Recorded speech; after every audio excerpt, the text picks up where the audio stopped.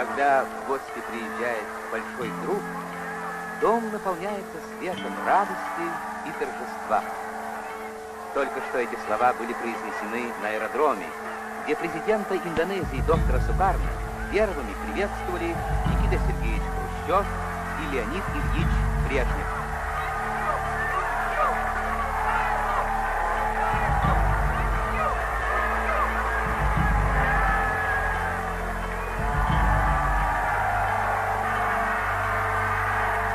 Третий раз приезжает в советскую страну глава индонезийского государства.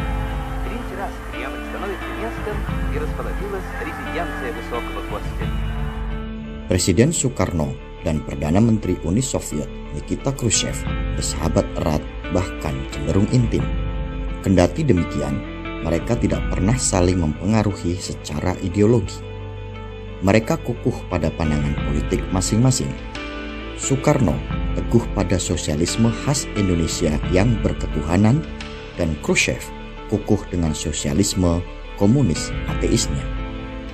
Jika masih beranggapan bahwa Soekarno adalah seorang komunis dan dipengaruhi oleh Khrushchev, maka Anda harus membaca buku ini.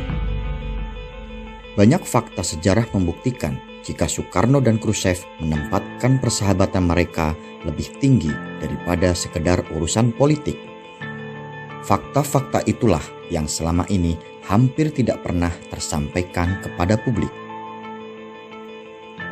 Untungnya, Sigit Aris Prasetyo, diplomat muda yang cermat membaca sejarah, berhasil menggali, mengumpulkan dan menjahit fakta-fakta sejarah itu dan menjadikannya sebuah bacaan yang bergizi. Benarkah kedekatan Bung Karno dengan Nikita Khrushchev sebagai bentuk condongnya Indonesia kepada komunisme?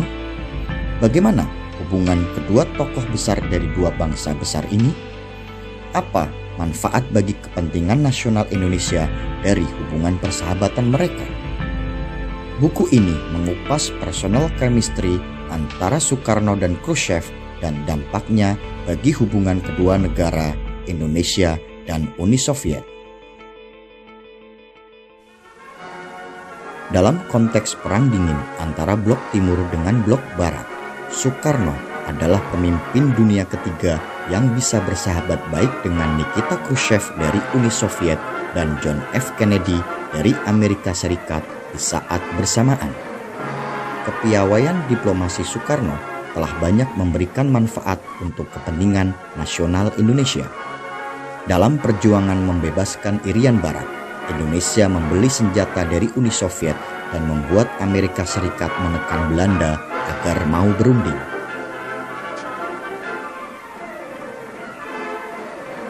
Dalam konteks hubungan Indonesia-Uni Soviet, Soekarno mendapatkan banyak hal penting bagi kepentingan nasional saat itu. Kerjasama militer Indonesia-Uni Soviet untuk mempertahankan Irian Barat, sinergi bersama dalam upaya mensukseskan Asian Games 1962 melalui sister stadion antara Gelora Bung Karno dan Stadion Luseniki, pembangunan Cilegon Steel Mill sebagai cikal bakal Krakatau Steel, pembangunan rumah sakit persahabatan yang dibangun lengkap dengan peralatan rumah sakit modern pada eranya, dan masih banyak lagi. Persahabatan antara Bung Karno dengan Nikita Khrushchev ditulis dengan renyah dan mengalir oleh Sigit Aris Prasetyo. Buku ini memaparkan banyak hal yang belum terpublikasi. Bagaimana kedua pemimpin ini memiliki kesamaan pandangan tentang perlunya perdamaian dunia dan kemanusiaan yang setara, hingga bagaimana mereka menghormati satu sama lain dan bercengkrama layaknya sahabat. Kemesraan hubungan Khrushchev dengan Bung Karno tergambarkan dalam sambutan gegap gempita di kedua belah pihak. Pada saat Soekarno mengunjungi Moskow tahun 1956 dan kunjungan balasan Khrushchev ke Indonesia pada Februari 1960. Ketika kunjungan pertama Khrushchev ke Indonesia, Bung Karno berusaha keras menjadi tuan rumah yang baik selama 2 minggu. Sebagaimana seorang sahabat, Bung Karno mempertunjukkan semua tentang Indonesia, termasuk terus memaksa Khrushchev memakan berbagai makanan khas lokal Indonesia. Keakraban persahabatan mereka mengalir begitu hangat dan tetap menghormati satu sama lainnya. Khrushchev bisa menyindir Bung Karno soal kegemarannya memakai pesawat milik Amerika. Namun, Khrushchev juga dengan hangat menyambut kedatangan Bung Karno dalam dinginnya udara Moskow serta tak bertele-tele untuk mengatakan "da" atau "yes" ketika memberikan persetujuan kredit pinjaman lunak kepada Indonesia. Bung Karno sendiri menggambarkan persahabatannya dengan mengatakan, Khrushchev mengirimkan jam dan puding 2 pekan sekali dan memetikkan apel, gandum, dan hasil tanaman lainnya dari hasil panen yang terbaik.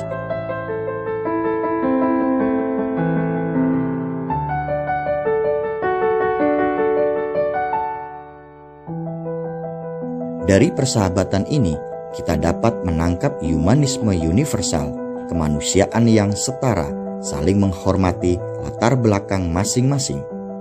Ini tergambarkan melalui kisah pemugaran dan pembangunan makam Imam Bukhari di Samarkand, bagaimana Khrushchev berusaha keras untuk menemukan makam Imam Bukhari dan memugarnya agar sahabatnya Soekarno dapat berziarah dengan nyaman dan tenang.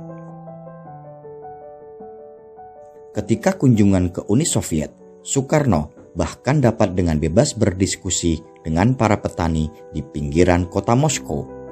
Tur pemikiran Soekarno yang mengisi kekeringan materialisme dan modernisme ala Soviet untuk Khrushchev memperhatikan daerah pinggiran dan kemajemukan Soviet atas suku-suku bangsanya hingga kekaguman Soekarno pada teknologi ruang angkasa Soviet melalui Sputnik. Dua tokoh yang kontroversial dan berbeda cara pandang dalam melihat tatanan dunia di masa depan ini mampu bertemu untuk mempertukarkan potensi negara masing-masing.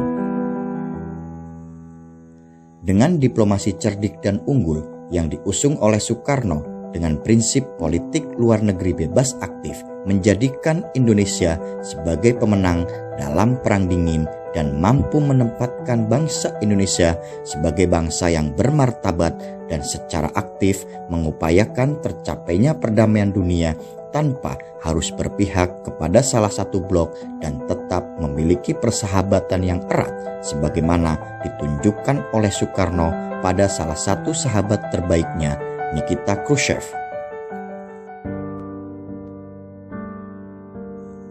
Buku ini memberi kita pelajaran penting yang dilupakan oleh kebanyakan manusia modern yang mabuk dan terombang-ambing badai globalisasi dan kapitalistik, bahwa kemanusiaan itu lebih penting daripada pertarungan ideologi politik.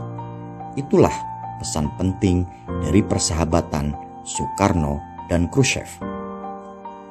Segera dapatkan buku Soekarno dan Khrushchev, Beda Ideologi, Satu Hati yang ditulis oleh Sigit Aris Prasetyo, diterbitkan penerbit Imania.